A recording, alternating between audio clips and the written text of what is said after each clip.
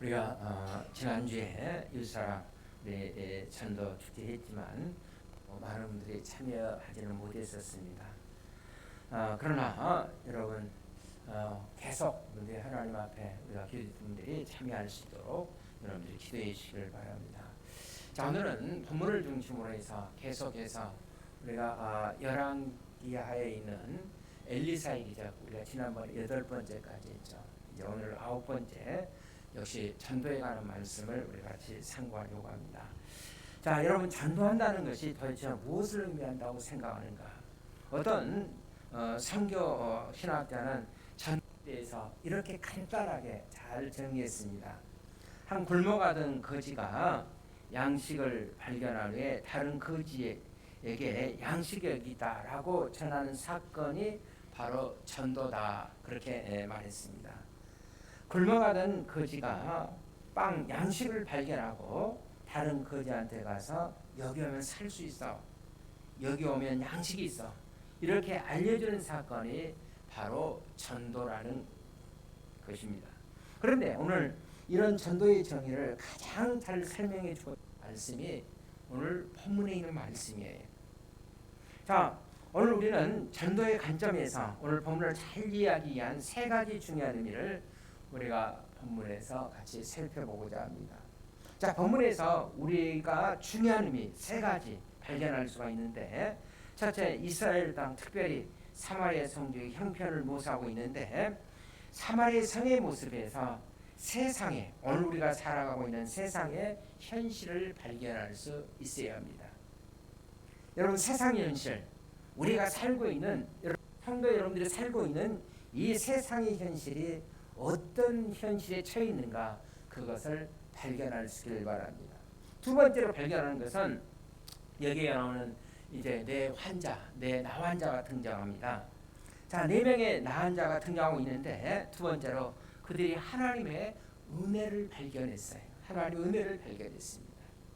이 4명의 나 환자들이 발견했던, 그리고 경험했던 이 하나님의 은혜, 이 은혜를 오늘 참여한 여러분과 제가 동일하게 발견할 수 있기를 바랍니다. 그 다음에 세 번째, 자, 이 4 환자가 발견한 것은 이웃들의 필요를 발견했어요. 자, 우리 이웃들의 필요, 우리 주변 이웃들이 무엇을 필요하는가를 오늘 본문을 통해서 같이 연구하면서 발견하면서 하나님 앞에 은혜 받는 귀한 시간이 됐으면 좋겠습니다. 첫째로 사마리아 성에서 발견해야 할 세상의 현실, 사마리아 성에서 발견해야 할 이 세상의 첫 번째 현실이에요. 자, 오늘 본문이 말씀하고 있는 이 사마리아 성중의 모습에서 우리가 발견해야 할 현실, 여러분과 제가 살고 있는 이 세상은 어떤 세상인가? 한마디로 말하면 이 세상을 우리가 정의한다면 절망적인 세상이라고 할 수가 있어요. 자, 사마리아 성중에 그러면 어떤 사건이 일어났는가? 자, 우리가 7장 지금 보고 있는데 6장으로 여러분들이 가서 24절과 우리 25절 우리 화면에 나오고 있습니다. 한번 같이 보실까요? 시작. 이후에 아람 왕 베나다시 그의 온 군대를 모아 올라와서 사마리아를 에워싸니, 아람 사람이 사마리아를 에워싸므로 성중이 크게 줄여서 나귀 머리 하나에 은 80세겔이요 비둘기 똥 4분의 1갑에 은 5세겔이라 하니. 자, 여기에 2가지 묘사가 오늘 성경에 나오고 있어요. 자, 사마리아 성이 이제 포위가 됐습니다. 자, 누구에 의해서 사마리아 성이 포위됐죠? 아람 왕에 의해서. 자, 아람은 우리가 얼마 전에 우리 터키죠. 터키와 그 옆에 있는 시리아에 대지진이 일어났습니다. 그러니까 거기에 있는 아람은 오늘날로 얘기하면 시리아예요. 자, 이스라엘 북방에 위치한 나라입니다.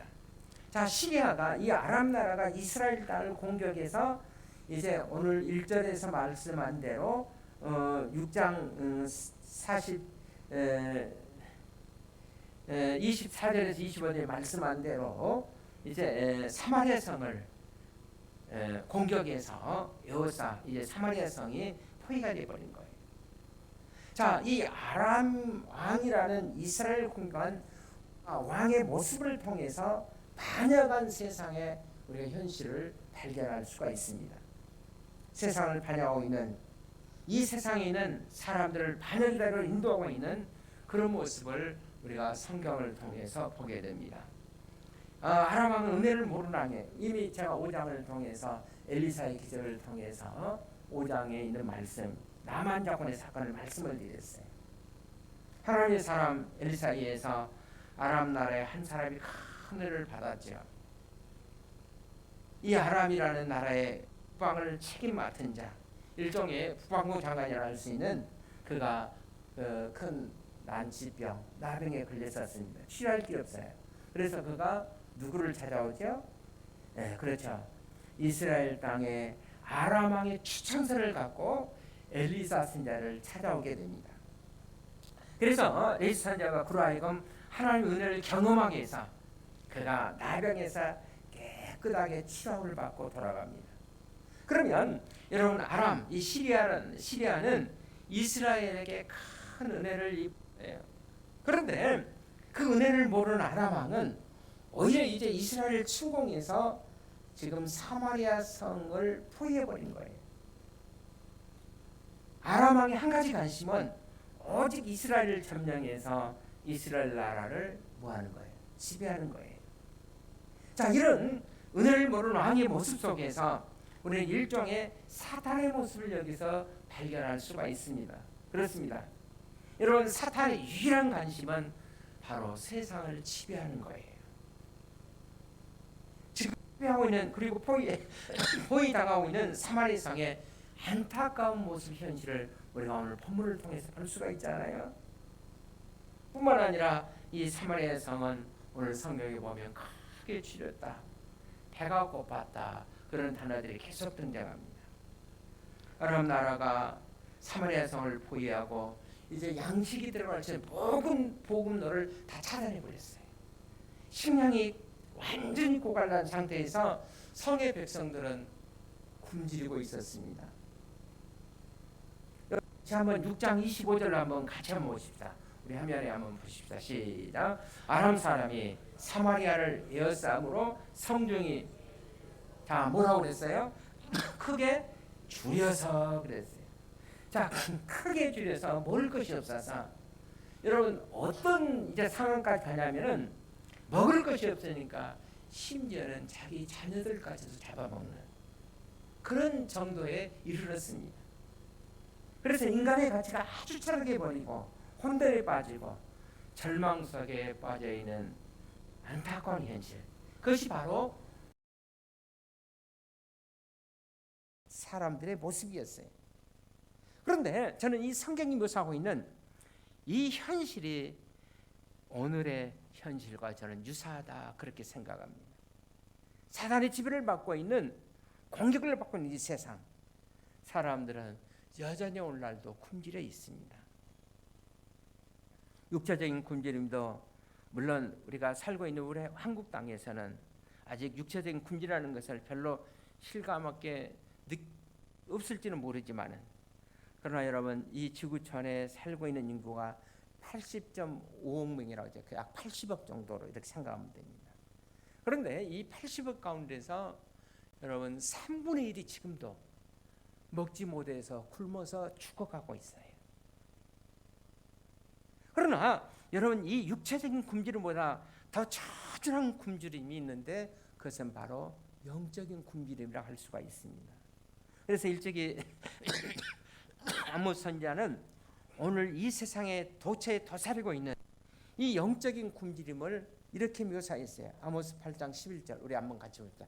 시작. 주 여호와의 말씀이니라. 보라 날이 이를지라 내가 기근을 땅에 퍼내리니 양식이 없어 주림이 아니며 물이 없어 가람이 아니요 오직 여호와의 말씀을 듣지 못할 기갈이라. 자, 어느 정도 양식을 해결하고 있는 사람들이 여러분 지구촌에는 있을 수가 있어요. 그러나 그것보다 더 처절한 굶주림은 여러분 영적인 기갈이라고 할 수가 있어요. 하나님의 말씀을 듣지 못한 기갈입니다. 여러분 사람들의 마음이 비어 있어요. 여러분 사람들의 마음이 다 슬픔에 잠겨 있습니다.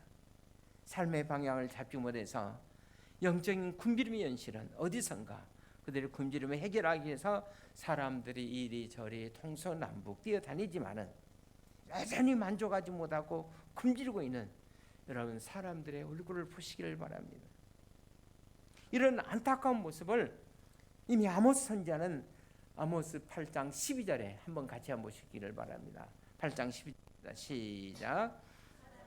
사람이 이 바다에서 저 바다까지 북쪽에서 동쪽까지 비틀거리며 여호와의 말씀을 구하려고 돌아다니도 얻지 못하리니. 자, 아모스 선지자가 정말 그 당시 안타까운 모습을 지금 8장 12절에서 이렇게 표현하고 있어요. 결국 진리를 알지 못했기 때문에, 하나님의 말씀을 알지 못했기 때문에 사람들이 영적 기갈의 자리에서 지금 굶주리고 있다는 것입니다. 자, 우리 한번 눈을 한번 뜨시고 옆 사람을 한번 바라보시기를 바랍니다. 혹시 얼굴에 굶주림이 있는 모습은 아닌지 한번 쳐다보십시오. 쳐다보라 할 때 기름기만 번들번들 하십니까? 쳐다봐도 별 반응이 없는 것 같아. 그러면 한번 여러분들이 이렇게 한번 말해 보시길 바랍니다. 사랑에 굶주리고, 인정에 굶주리고, 진리에 굶주리고, 은혜에 굶주리고, 이런 모든 사람들이 다 굶주리고 있어요. 그런데 이 굶주림을 찾을 방법을 사람들은 알지 못합니다. 이거를 가르쳐 우리는 딱 바로 절망이라 그렇게 말합니다. 이 절망적인 현실, 여러분 지금 우리가 보시고 있는 열왕기하 7장에 보시면 이 사마리아 성의 현실이 바로 이런 절망적인 현실을 우리에게 보여주시고 있어요. 그런데 자, 이 절망적인 현실의 삶의 복판에 믿기지 않은 여러분 복음이, 믿을 수 없는 복음이 이제 선포됩니다. 우리 1절을 다시 한번 보시길 바랍니다. 자, 7장 1절입니다. 시작. 엘리사가 이르되 여호와의 말씀을 들을지어다. 여호와께서 이르시되 내일 이맘때 때 사마리아 성문에서 고운 밀가루 한 세겔로 매매하고 보리 2스아를 한 세겔로 매매하리라 하셨느니라.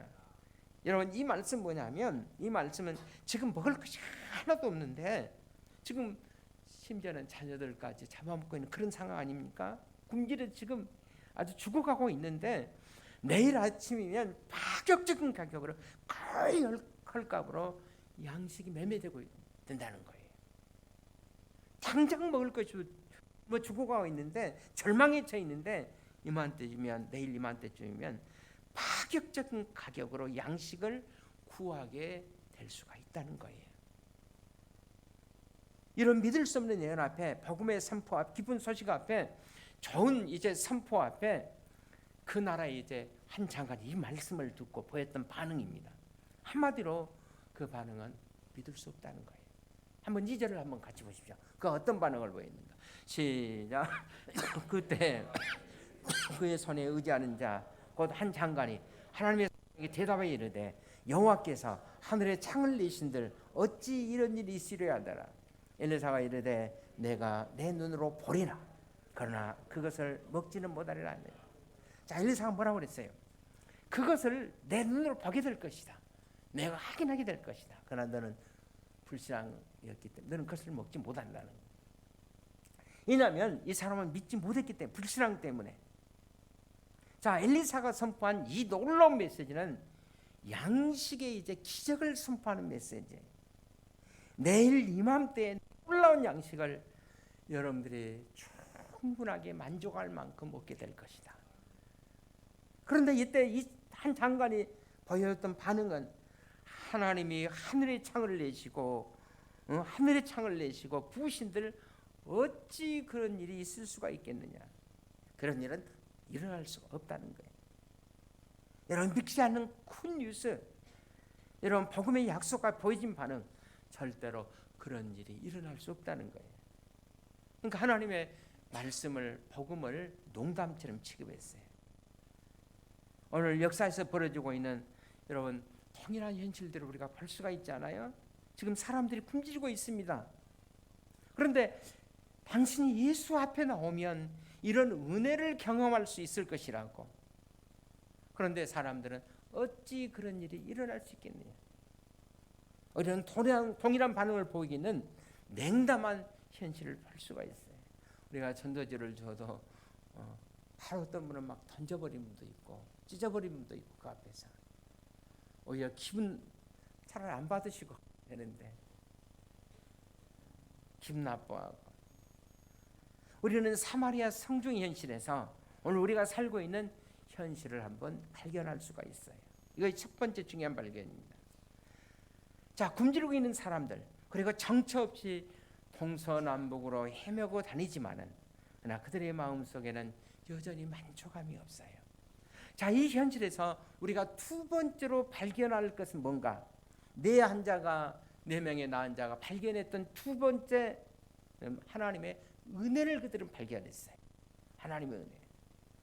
자, 사마리아 성이 처한 현실 중에서 지금 최악의, 기근 때문에 최악의 상태를 경험했던 사람들이 저는 누구보다도 먼저 이 4명의 나병 환자였다고 생각합니다.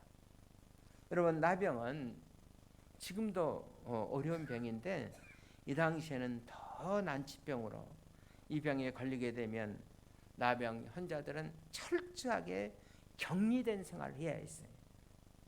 우리나라도 나병이 있을 날에는 격리했죠. 그래서 여수에 있는 그 나병 환자들은 애영원이랄지 몇 군데 격리 처소가 있었죠.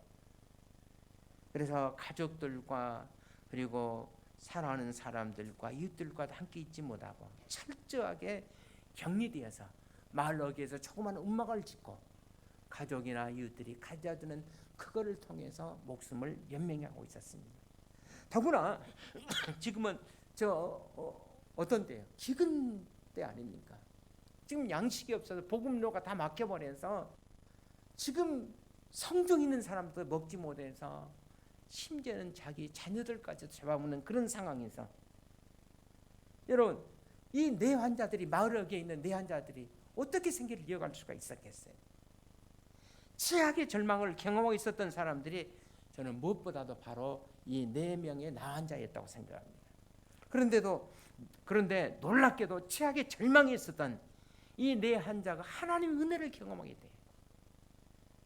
그런데 이 은혜를 경험했던 그 계기가 뭐냐면 그 계기는 그 구원의 길을 찾는 길을 모색했다는 겁니다.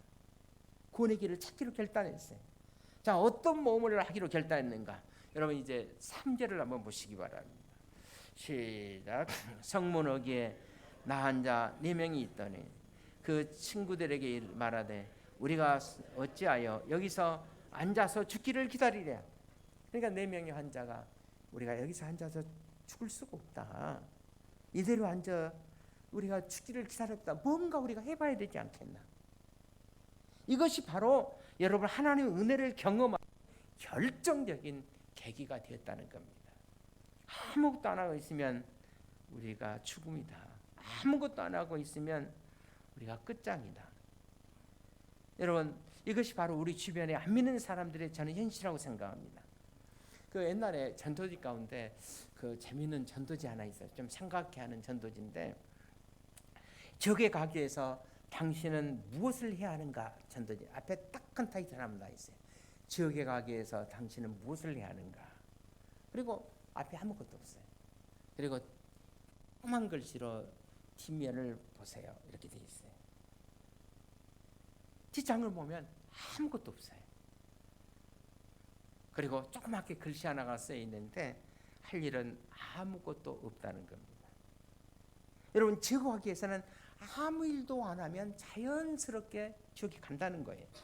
가만히 있으면 자동적으로 지옥에 간다는 겁니다. 가만히 있으면 자동적으로 간다는 거예요. 생각해 볼수록 여러분 의미가 있습니다. 그냥 그대로 앉아 있으면 아무것도 안 하고 있으면 그냥 지옥에 가는 거예요. 뭔가를 찾아야 됩니다. 우리는 찾는다는 것을 구도 그렇게 얘기하면 구도다 그렇게 말합니다. 진리를 찾는다. 우리가 구도자, 구도한다. 이렇게 찾는 사람들을 우리가 구도자. 영어로 우리가 seeker 이렇게 얘기하죠. seeker. 진리를 찾는 사람들이다. 옛날에는 여러분 우리가 책에 보면 구도하는 사람들이 참 많았던 것 같아요. 어쨌든 진지하게 진리를 자기 인생의 어떤 진리를 찾고자 하는 사람들이 참 많았습니다. 우리가 잘 아는 그 찰로 역경을 썼던 참번연이 그런 사람 구도자였어요. 그 찰로 역경에 보면 찰로 역경의 내용을 한마디로 정리하면 구원의 문제에 발버둥치고 죄의 짐에 눌려서 자신을 구원할 수 없던 이 연약한 인간이 어떻게 그 죄의 문제를 해결하고 나아가 영광스러운 하늘 나라에 도달할 수 있게 되는지 여러 비유 서사를 통해서 썼던 그러는 책이 바로 찰로 역경이라는 책이죠. 그래서 주인공으로 등장하는 이 크리스찬 기독도, 이 기독도가 천성을 찾아가는 여행, 그 모험의 여행, 내가 가봐야 되겠다. 그냥 여기에 그대로 머물릴 수는 없다. 이 성은 자 그가 살고 있는 이 성을 그는 뭐라고 그랬어요? 장망성이라고 그랬어요. 장차 망할 성이다. 내가 이 성에 그대로 있으면 나는 죽는다. 어디론가 가야 한다. 무엇인가를 해야 한다. 그래서 차단합니다. 이것이 바로 이제 그 책에 보면 그 순례 예정이 기록되는 그런 순간 내 책입니다. 근데 사실 이 책을 쓰게 된 정기가 잠번 자신이 아주 진지하게 진리를 구도했다는 겁니다. 교회 나갔지만은 교회 나갔다는 사실만 자동적으로 여러분 구원의 문제 해결된 것은 아니잖아요. 그가 예수를 분명히 깨닫지 못하고 있었을 때 그가 처음 교회 나올 무렵 구원의 확신은 없고 목사님이 전해주는 말씀을 믿어지지 않고 그래서 고통스러웠어요. 그는 그 무렵 참번연은 그 일기장에다가 이런 글을 씁니다. 내가 구원의 문제를 해결할 수 있다면 나는 어디라도 가겠다. 그리고 나는 누구라도 만나겠다. 그리고 나는 무엇이라도 하겠다. 이렇게 글을 썼습니다. 그리고 하나님, 제가 이 문제를 해결하기 전에는 내 생명을 거두어 주지 마셔서 말아주십시오. 그러니까 얼마나 이 구원의 문제를 해결하기 위해서 절박한 마음을 가졌는지 여러분 이것이 바로 구도자의 마음이라고 할 수가 있습니다. 좀 그렇게 진리를 찾는 구도자들이 그렇게 많이 없다는 걸 많이 봤습니다. 그래서 유명한 C.S. 루이스는 이 시대를 가르쳐서 구도자를 잃어버린 시대다 이런 말을 했어요. 구도자를 잃어버린 시대다. 그러나 저는 지금도 성령이 역사하면 사람들이 저는 진리를 찾기 시작한다고 믿습니다. 여러분 우리가 전도하기 전에 우리가 전도 대상자들 위해서 무엇보다도 기도하는 것이 저는 무엇보다도 중요하다고 믿습니다. 우리가 전에 우리 전도지 나눌 때 우리가 1시간 이상, 30분 이상에서 1시간 이상 충분하게 기도하고 나가서 우리가 전도지를 줬지 않습니까? 왜냐하면 그냥 전도지를 주는 것이 아니라 그냥 우리가 어떤 것을 휴지를 나눠주는 것이 아니라 그분을 받는 사람들의 마음을 하나님께서 변화시켜 주시고 그 은혜를 꼭 만날 수 있도록 하나님께서 인도해 주시고 그래서 우리가 충분하게 기도하고 가서 우리가 전도하는 겁니다. 왜냐하면 그들의 마음에 진리를 찾고자 하는 그들의 마음속에 그런 마음이 일어날 수 있도록. 여러분 오순절날 성령이 역사하니까 그 오순절 자리에 모였던 사람들의 부짖는 소리가 자기들의 죄를 느끼면서 장차 자기들에게 다가올 심판을 느끼면서 그들은 어찌할꼬 하며 회개하기 시작했어요. 이것이 바로 성령의 역사거든요. 여러분 사도행전을 계속 읽어보시면 사도행전 16장에 이제 바울과 실라가 빌립보에 가서 전도하다가 감옥에 들어갑니다. 바울은 감옥에 들어가서도 열심히 전도했어요. 찬양하고 기도하고 이제 하나님께서 감옥의 문을 흔들기 시작합니다. 지진이 일어나기 시작해요. 거기서 하나님이 역사하는 것을 간수가 거기에서 이제 경험하게 됩니다. 너무 놀라서 간수가 자기 앞에 자기를 지키고 있었던 제수인 바울과 실라 앞에 엎드리면서 뭐라고 부르짖어요? 선생들아, 우리가 어떻게 하여야 구원을 얻을 수 있을까? 내가 어떻게 하여야 구원을 얻을 수 있으니까? 바로 그 순간 바울이 그 감옥에서 간수에게 전한 아주 유명한 메시지 하나가 있어요. 그렇죠. 주 예수를 믿으라. 그리하면 너와 내 집이 뭘 받으리라? 구원을 받으리라. 우리 한번 같이 따라합시다. 주 예수를 믿으라. 그리하면 너와 내 집이 구원을 얻으리라.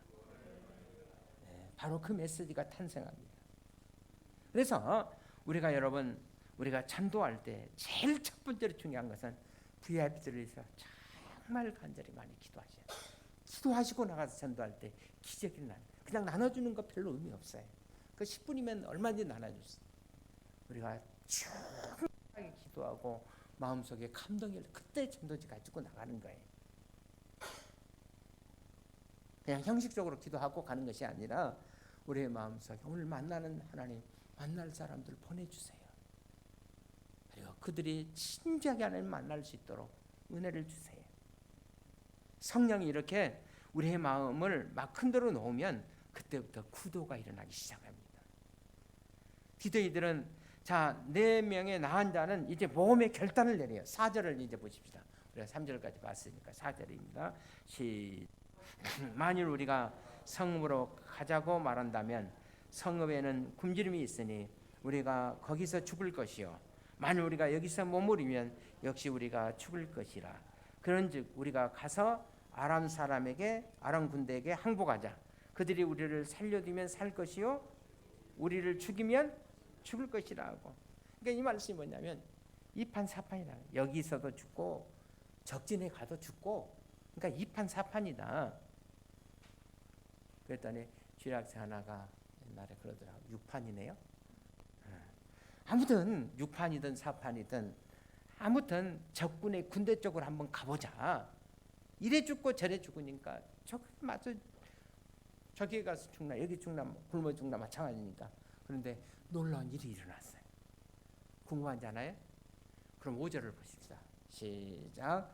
아람 진으로 가리하여 해질 무렵에 일어나 아람 진영 끝에 이르러 본즉 그곳에 한 사람도 없으니. 아니 적진에 갔는데 지켜야 할 적들이 하나도 없어요. 거기서 놀라운 은혜를 발견하게 됩니다. 그리고 굶주리고 있었던 그들에게 거기에 양식이 아주 풍성하게 예비되어 있었다는 거예요. 우리 6절을 한번 보십시다. 시작. 이는 주께서 아람 군대로 병거 소리와 말소리와 그 군대 소리를 듣게 하셨으므로 아람 사람이 서로 말하기를 이스라엘 왕이 우리를 치려하여 햇사람의 왕들과 애굽 왕들에게 값을 주고 그들을 우리에게 오게 하였다 하고. 이건 무슨 얘기냐면 이제 아람 군대가 예루살렘을 이스라엘 침공에 예루살렘 포위하잖아요. 막 그래서 포위해서 이제 양식 복음을 다 차단하고 사람들이 굶어 죽어가는 지금 이런 상황이잖아요. 그런데 아람 왕이 가만히 보니까 막 이상한 군대 소리가 막 말굽 소리가 막 들리는 거예요.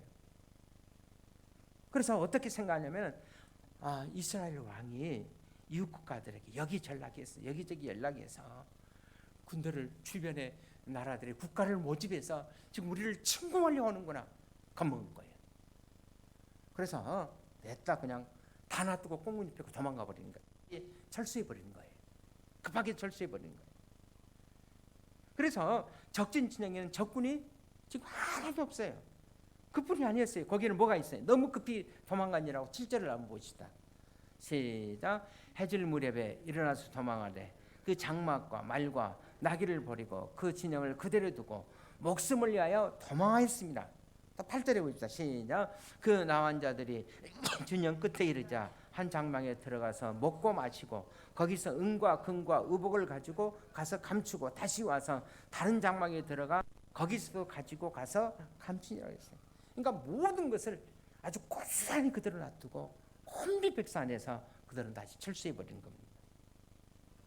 그런데 이 내한자들은 자기들이 원하는 것뿐만 아니라 아주 모든 것들이 거기에 다 있었어요. 우리가 이거를 가르쳐 뭐라고 그러죠? 행제했다 그럽니다. 이건 안 믿는 사람들이 하는 얘기고 우리 믿음의 사람들은 이거를 가르쳐서 하나님의 은혜다 그렇게 얘기합니다.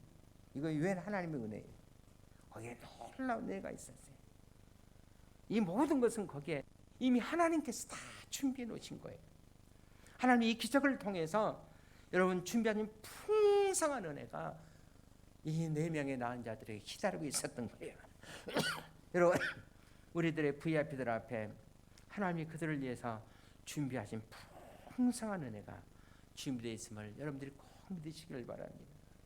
하나님이 하나님 앞에 오기만 하면 하나님이 다 풍성한 거 준비해 놓으셨어요. 그냥 와서 먹고 마시고 가져가시면 됩니다. 왜냐하면 하나님의 은혜가 다 준비되어 있어요. 성경 말씀 중에 하나님의 은혜가 얼마나 풍성한가, 하나님의 은혜가 얼마나 충만한가. 여러분, 은혜 풍성, 은혜와 충만이 가장 많이 기록되어 있는 성경이 어딘지 아세요? 에베소서. 여러분, 에베소 보면 은혜와 충만과 이 단어가 너무너무 매 장말 6장까지 지나면서 거의 기록이 다 돼 있어요. 에베소 1장 7절에 한번 보십시다. 시작. 우리는 그리스도 안에서 그의 뭘 따라? 은혜의 풍성함을 따라. 또 1장 18절을 보십시다. 시작. 교회는 그의 몸이니 만물 가운데서 만물을 충만케 하시는 이의 뭐예요? 18절. 너의 마음의 눈을 밝히사 부르심의 소망이 무엇이며 성단의 그의 영광의 풍성함이 무엇이며. 또 23절. 그 교회는 그의 몸이니 만물 안에서 만물을 충만케 하시는 충만이요. 2장 3절도 한번 보십시다. 긍휼이 풍성하신 하나님이. 2장 또 7절에 보면 또 은혜의 지극히 풍성함을, 3장에 오면 영광의 풍성을 따라. 그다음에 우리가 잘 아는 대로 술 취하지 말라 이는 방탕것이 5장에 성령의 충만함을 받아. 1장에서부터 5장까지 은혜의 풍성함, 또 충만함이라는 단어, 풍성, 충만 이런 단어가 계속해서 기록되고 있습니다. 그런데 이 은혜와 충만과, 그런데 에베소에서 이 풍성과 은혜보다도 더 중요한 단어가 이제 마지막에 등장합니다. 그 단어가 뭐예요? 그것 때문에 풍성할 수 있고 그것 때문에 충만할 수가 있는 거예요. 근데 그 단어가 뭐예요? 그리스도 안이라는 단어예요. 여러분, 에베소 1장 3절에 보시면 바울 사도가 이 충만함과 풍성함을 어떻게 설명하고 있는가를 보십시오. 1장 3절 우리 한번 같이 봅시다. 시작. 하나님 곧 우리 주 예수 그리스도의 아버지께서 어디에서? 그리스도 안에서, 예수 안에서 하늘에 속한 신령한 복을 우리에게 뭘 주시대? 복을 준비해 주시고. 또 4절에 보면 창세전에 어디 안에서? 그리스도 안에서 우리를 택하시고. 그 다음에 6절에 보면 이는 그의 사신 자 안에서 우리에게 거저 주시는 바나 은혜의 영광을 그랬어요. 7절에 보면 자, 우리는 어디에서? 그리스도 안에서 그의 은혜의 풍성함을 따라. 그러니까 이 풍성과 충만이라는 단어가 어디 안에서 주어지는 거예요? 그리스도 안에서 주어진 거예요. 그러니까 우리가 할 일은 뭐예요? 우리 VIP들을, 우리의 사랑하는 가족, 우리의 자녀를, 여러분이 사랑하는 이웃들을 어디로 인도해야 되나? 그리스도의 안으로 인도하시면 그들이 풍성한 은혜를 경험한다는 겁니다. 그래서 사랑하는 우리의 가족과 우리가 찾는 우리 전도제사장들에게 풍성과 충만함이 있는 그리스도 안으로 우리가 초대하셔야 된다는 거예요. 이제 결론의 말씀이 있습니다. 마지막 세 번째로 우리가 오늘 본문을 통해서 발견할 것은, 자, 내 환자가 발견한 이웃들의 필요를 발견했어요. 자, 그것이 바로 이제 또 우리 6절까지 7절까지 8절을 한번 보십시다. 시작. 그 나은 자들이 진영 끝에 이르자 한 장막에 들어가서 먹고 마시고 거기서 은과 금과 의복을 가지고 가서 감추고 다시 와서 다른 장막에 들어가 거기서도 가지고 가서 감추니라. 자, 8절에 보신 대로 그들은 이제 적진에 들어가서 먼저 배고프니까 뭐 해야 되겠어요? 금강산도 식구강이니까 실컷 먹고 마셨습니다. 그리고 풍성하고 충만한 준비된 양식을 먹고 마시고 은과 금도 그냥 그들이 챙길 만큼 다 챙겨서 감추고, 그러다가 한순간에 정신이 바짝 들었어요. 9절에 있는 말씀, 어떤 정신이 들었는가? 시작. 나한 자들이 그 친구에게 서로 말하되 이렇게 해서는 안 되겠도다. 오늘은 아름다운 소식 있는 날이거든. 우리가 침묵하고 있도다. 만일 밝은 아침까지 기다리면 벌이 우리에게 미칠지니 이제 떠나 왕궁에 가서 알리자고. 자, 우리가 이렇게 풍성하게 지금 먹고 마시고 누리고 있는데, 충만함을 누리고 있는데, 우리의 수많은 이웃들이, 가족들이 지금 성 안에는 뭐 하고 있다는 거예요? 굶어 죽어가고 있다는 것을 지금 깨닫게 된 거예요. 여러분과 제가 하나님 은혜를 즐거워하고 그 은혜를 찬송하고 기뻐하는 이 순간 그리스도 밖에 있는 수많은 영혼들이 지금도 죽어가고 있다는 거예요.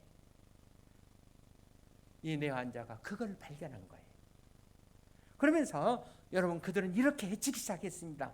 이 복음의 소식을, 이 기쁨의 소식을 전하지 않고 침묵하고 있었는 그들은 그들의 자신의 죄를 각성하기 시작한 겁니다. 복음의 소식을 침묵한 죄를 그들은 각성하기 시작했어요. 그러면서 뭐라고 그러죠? 우리의 행동이 선하지 못하다. 아름다운 소식이 있는 날인데 우리는 하고 있다? 우리는 침묵하고 있다고 얘기합니다. 침묵의 죄. 고린도전서 9장 19절에 있는 말씀에 보면 바울 사도도 동일한 것을 발견합니다. 내가 복음을 전한달지라 자랑할 것이 없으면 내가 부득불할 일이라. 만일 복음을 내가 전하지 않으면 내게 뭐가 있다고 했어요? 화가 있으리라고 했어요. 이 복음을, 이 기쁜 소식을 전하지 않으면 오히려 내게 뭐가 있다고요? 화가 있다. 같은 맥락의 말씀이에요. 유명한 그 존 스타트 목사님, 오늘날 전도하지 못하고 침묵하고 있는 그리스도인들을 가르쳐서 그 침묵을 뭐라고 그러는지 guilty silence라고 그랬어요. guilty. 부끄러운 사이렌스, 침묵이다 그랬습니다. 오늘 여러분 가운데 여러분 부끄럽게 침묵하고 있는 것은 아닌지, 내가 사랑한다고 말하는 남편, 내가 사랑한다 안 해, 내가 누구보다도 내 목숨보다도 더 귀하게 생각하는 우리의 자녀들이 영적으로 출국하고 있는데 나 혼자만 즐거워하고 나 혼자만 천국 가고 나 혼자만 사랑을 느끼고 나 혼자만 삶의 의미를 느끼고 이런 동안에 우리의 가정은 죽어가고 있는데, 우리 주변에 얼마나 많은 사람들이 지금 이들이 죽어가고 있는데 여러분 그들의 필요를 발견할 수 있다는 것. 오늘 성경에 보니까 늦게나마 이 4명의 나은 자는 자신의 필요를 넘어선 이웃들의 필요를 각성한 것입니다. 그리고 마침내 결단합니다. 어떻게 했습니까?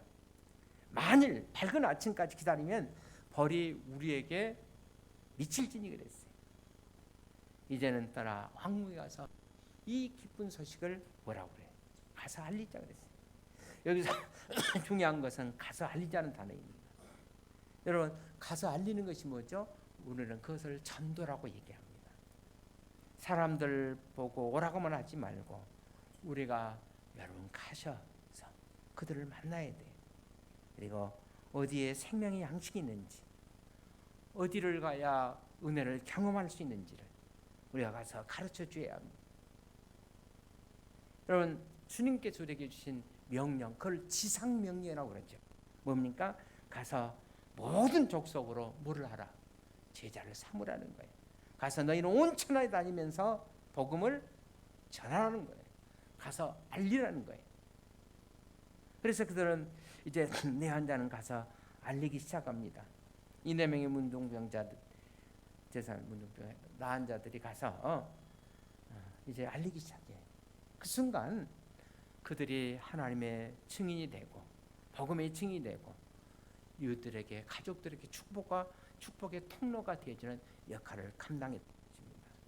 그렇다면 사랑하는 여러분, 저와 여러분 가운데 아직 복음 전도에 있어 아직도 침묵하고 있는 성도들이 없기를 바랍니다. 우리 가족에서 침묵하지 마세요. 복음을 위해서 정말 귀하게 쓰임받는 여러분의 자녀들을 위해서, 우리의 가족을 위해서, 우리가 사랑하는 이웃들을 위해서 복음의 도구로 쓰임받는 여러분과 제가 될 수 있기를 주의 이름으로 축원을 드립니다. 우리가 적장한 부앱들이 계속해서 하나님 앞에 돌아올 수 있도록 가서 알려주고 기도해주고 축복해주고 그리스도의 증인으로 삶을 살아갈 수 있기를 주의 이름으로 축원을 드립니다. 기도하겠습니다.